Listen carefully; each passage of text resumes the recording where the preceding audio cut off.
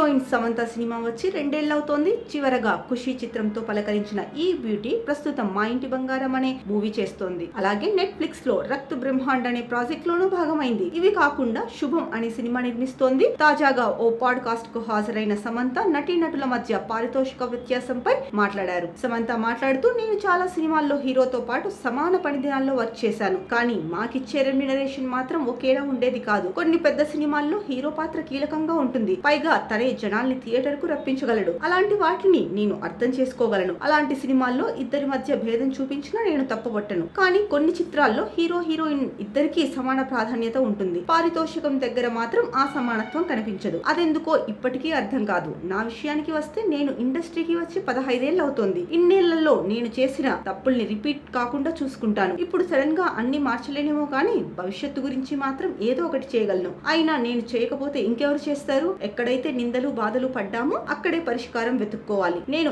ఈ సిద్ధాంతాన్ని నమ్ముతానని సమంత చెప్పుకొచ్చింది. ఇక సమంత 1987 ఏప్రిల్ 28న జోసెఫ్ ప్రభు, నినెట్టు ప్రభు దంపతులకు జన్మించింది. ఆమె తండ్రి తెలుగు ఆంగ్లో ఇండియన్ కాగా తల్లి సిరియన్ మలయాళి. ఆమె తమిళనాడు చెన్నై పల్లవరం పరిసరాల్లో ఇద్దరు అన్నలు జోనాథ్ డేవిడ్లతో కుటుంబంలో చిన్న సంతానంగా పుట్టి పెరిగింది. సమంత తమిళం తెలుగు భాషలు రెండింటినీ అనర్గళంగా మాట్లాడగలదు. Samantha Holy Angels Anglo Indian higher secondary స్కూల్లో చదువుకుంది. ఆ తర్వాత ఆమె స్టెల్లా మ్యారిస్ కాలేజీలో వాణిజ్యంలో డిగ్రీ పూర్తి చేసింది. సమంత అండర్ గ్రాడ్యుయేట్ డిగ్రీ ముగిసే సమయానికి మోడలింగ్ లో నిమగ్నమైంది. ముఖ్యంగా నాయుడు హాల్ తో కలిసి పనిచేసింది. దీని ద్వారా ఆమెను మొదటిసారి చిత్ర నిర్మాత రవివర్మన్ గుర్తించాడు. ఇక సమంతకు ఏ మాయ చేసావే సినిమాకు గాను స్పెషల్ జ్యూరీ అవార్డు దక్కింది. ఇక ఉత్తమ నటిగా ఎటో వెళ్లిపోయింది సినిమాకు 2012లో నంది పురస్కారం అందింది. ఇక సైమా అవార్డుల్లో అత్తారింటికి దారేది సినిమాకు గాను ఉత్తమ నటిగా 2013లో, ఇక ఓ బేబీ సినిమాకు కూడా 2019లో ఉత్తమ నటిగా సైమా అవార్డు అందుకుంది.